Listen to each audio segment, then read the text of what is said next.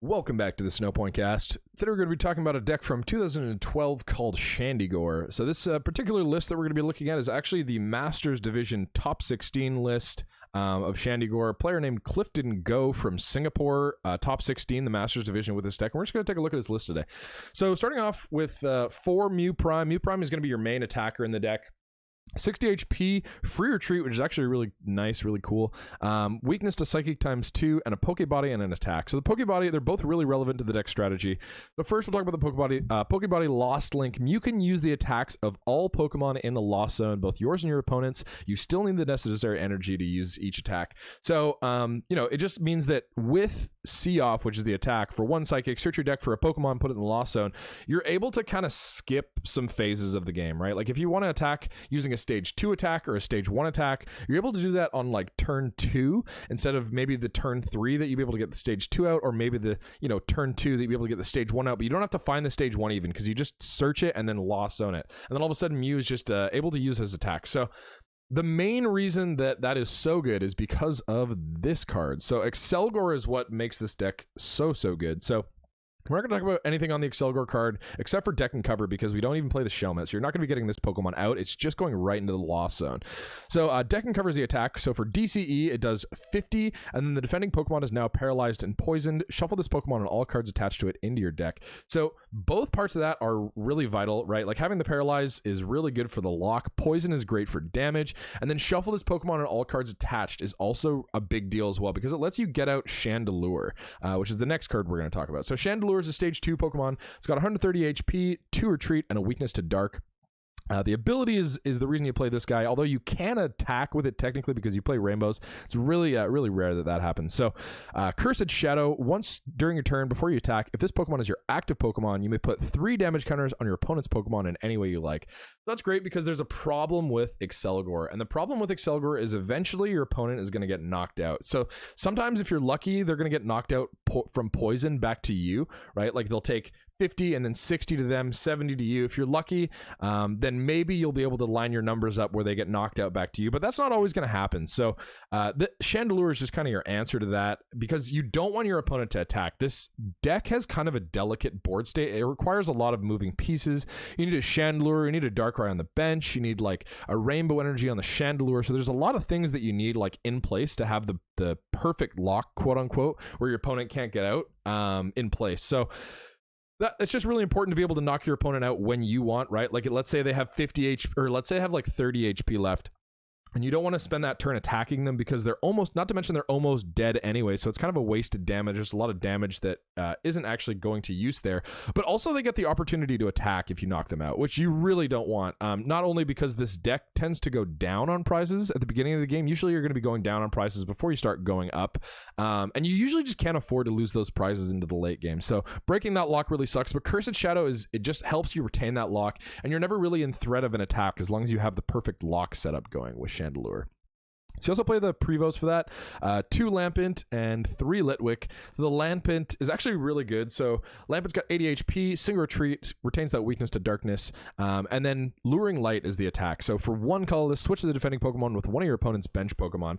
You know, seems kind of mediocre, but in a lock deck, being able to bring up one of your opponent's bench Pokemon can be the difference between them breaking your lock and destroying your board setup and buying yourself a turn to hopefully find that lock again. And the Litwick also has a really nice attack. So Litwick, 50 HP, single retreat, weakness to dark, call for family. We're not gonna talk about Will-O-Wisp because it's just like, you know, 2 for 30 or 2 for 20 on Litwick. They're just like not attacks that you're going to be attacking with, because you want to be decking covering. Even if you like could attach to them, if you have the opportunity to attach to a Mew, it's often way better. So call for family, search your deck for a base Pokemon, put it on your bench. That is attack that you could use, especially because you need a lot of benched Pokemon. Like I said, the board setup for this deck is kind of high maintenance. You need some benched Pokemon, and call for family kind of just helps you get that set up if you need to find some Pokemon. So the other part of this deck that's lock is the Vileplume line. So Vileplume is a really common lock setup in this format. You know, most of the lock decks play this card. So Vileplume's got 120 HP, 2 retreat, a weakness to Psychic ×2. So the Pokebody is the reason you play it. Allergy Flower. Each player can't play any trainer cards from his or her hand. So that kind of prevents the items that could mess up your lock. You know, items like Pokemon Catcher, which could do you really bad if you have a Darkrai on the bench, which is really important because you have to retreat the Chandelure every turn. So you need to have like a rainbow on it so that it can retreat, and you need that Darkrai in play as well. If they're able to just catch that up, kill it, take 2 prizes, that's a really sketchy position for you to be in, and you don't want to be forced to have to hit another Darkrai while you're under Vileplume lock. But while you have Vileplume out, that's not even a threat that you're worried about. Catcher's not a big deal, and there's so many good junk arm decks in this meta. Like most of the other decks that I've reviewed so far in 2012 play probably something like 25-ish like item cards or quote unquote trainer cards. It's kind of weird because there's both in this format, but that's like almost half of most popular deck lists getting locked out of play, which is really solid. So Allergy Flyer, really good lock technique. And then you also play 3 of the Oddish. So Oddish got 40 HP, Ram for 10, or Find a Friend, 1 grass, flip a coin of head, search your deck for a grass Pokemon, show it to your opponent, put it in your hand. So you also play 2 Darkrai EX. Like I was saying, it's really important to have that option to retreat, and you play 2 just because if you prize one, that'd be really bad, and you need that option to have Dark Cloak just so you can, put a rainbow on the Chandelure, retreat, deck and cover, promote the Chandelure, so you keep that paralyzed trainer and non-attack lock with the Chandelure Cursed Drop as well. So just a really cool lock setup there. Into some of the support Pokemon now. So Relicanth is the first one, 80 HP, water type, 2 retreat, and a weakness to grass.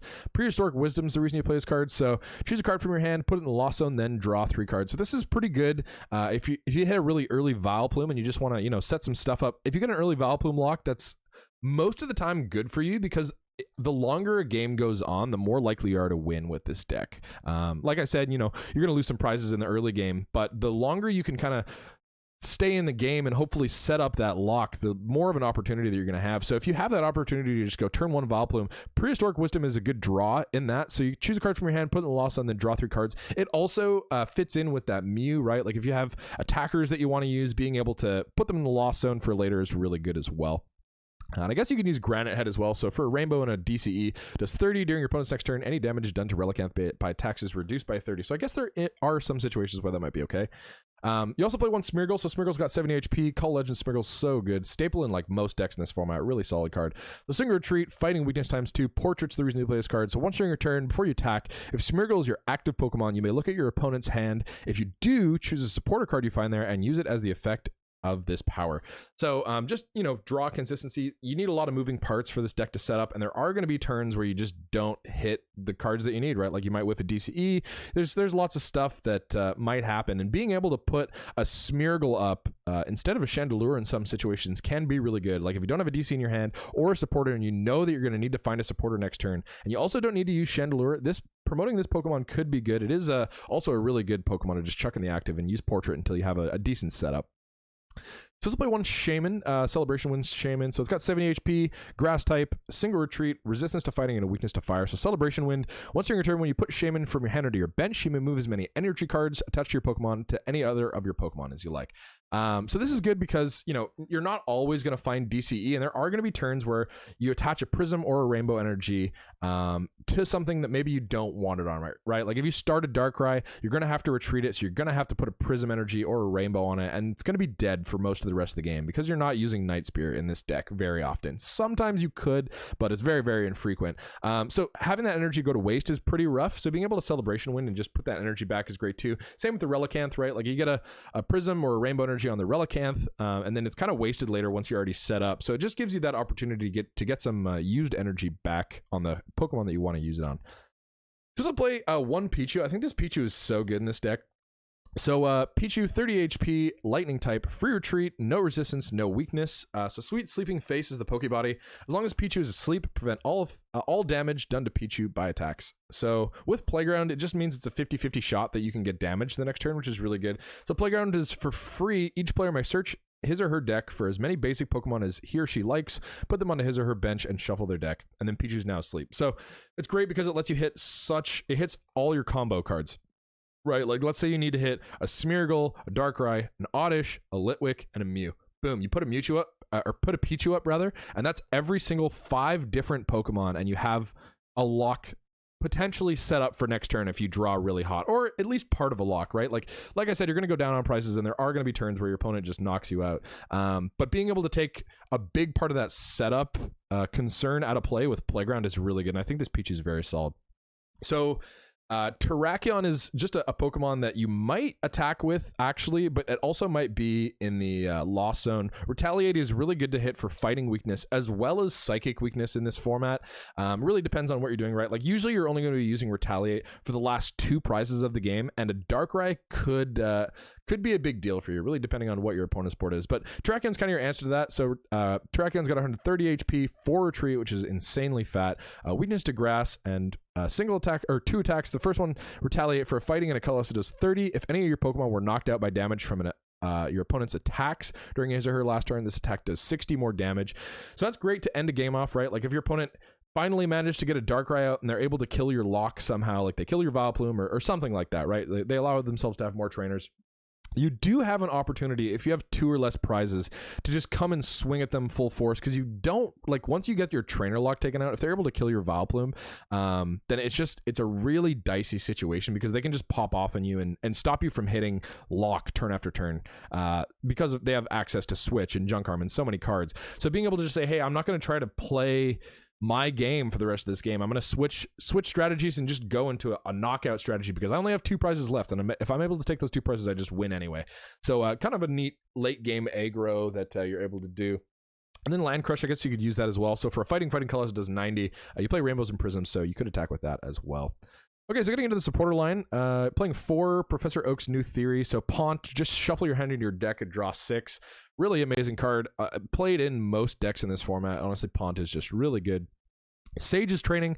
Look at the top 5 cards of your deck. You may choose 2 cards you find there, put them into your hand, discard the other cards. So this is good for thinning, just because N is kind of a disruption card that you can be a bit of an issue for sure if you have a very thick deck into the late game full of resources that you don't need.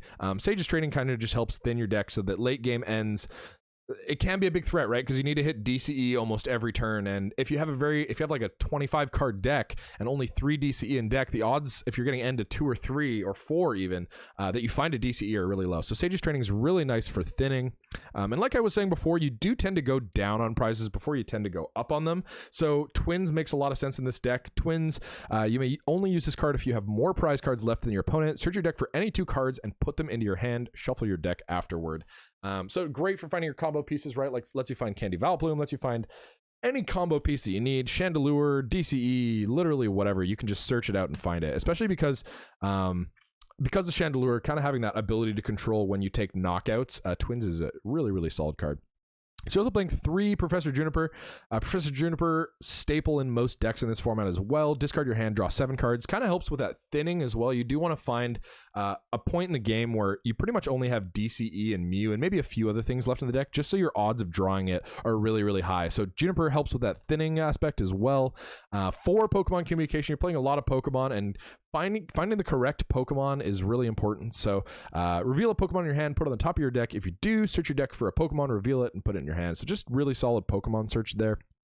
And you're also playing 4 rare candy, right? You're playing 2 stage 2 lines, so playing the thick rare candy line just makes a lot of sense, and you need to hit it before you hit a Vileplume. So you do play that thick Chandelure line just so you have that option to just search out the Pokemon if that's what you want to do. But also 4 rare candy ups your odds of hitting that turn 1 Vileplume to the max that you can have. 1 Tropical Beach as well. I do really like 1 Tropical Beach in here. So Tropical Beach is a stadium. Once during each player's turn, that player may draw cards until he or she has 7 cards in their hand, and then that player's turn ends. So great if you whiff a DCE, right? Like kind of sucks if you're not able to hit that lock, but sometimes that happens with this deck. So being able to, fill your hand and hopefully hit that DCE for next turn or something, a supporter card or something next turn, is a great out for a stadium. Also being able to bump a stadium, because there are a few stadiums in this format, like Sky Arrow Bridge, that can be a little bit of an annoyance. Depending on what you're playing against. Okay, so getting to the energy line, playing 4 Rainbow Energy. Obviously, See-Off with Mew is really important, and you need to have that free retreat with Darkrai as well. So Rainbow Energy is super important to the deck. 4 DCE as well, just because deck and covers your main attack. So it makes sense to play 4 because you always want to hit it. And then 2 Prism Energy as well, just kind of keeps you consistent with the See-Offs and the Darkrai. There are some things like Terrakion and Smeargle that can abuse Prism Energy, and you don't have to use a Rainbow Energy, because I will take note of this. Rainbow Energy is the only card that will let your stage 2s use Darkrai's Dark Cloak. If you have a Prism Energy, it's just a colorless on any stage 2. So having that out to have a Rainbow Energy that turns into a dark, so that you can have stage 2 Pokemon with free retreat. They do tend to have like pretty heavy retreats. The Chandelure is at 2, and then the Vileplume's at like 3. So pretty heavy retreats, and being able to have a free retreater on that is really nice. Okay, well, this has been Chandygor from 2012 Clifton Goes list. Really neat list. Super fan of this deck. If you have any questions about the deck, feel free to leave them in the comments below. And if you're not subbed, smash that sub button. I hate to be the guy that's like, oh, fucking subscribe to my channel. But also, we're getting close to 500 subs, and once we hit that 500 sub goal, we're going to do a giveaway. So we've got a lot of stuff going on to give away, but we got to get to 500 first. Okay, well, thank you guys so much for tuning in, and we will see you next time.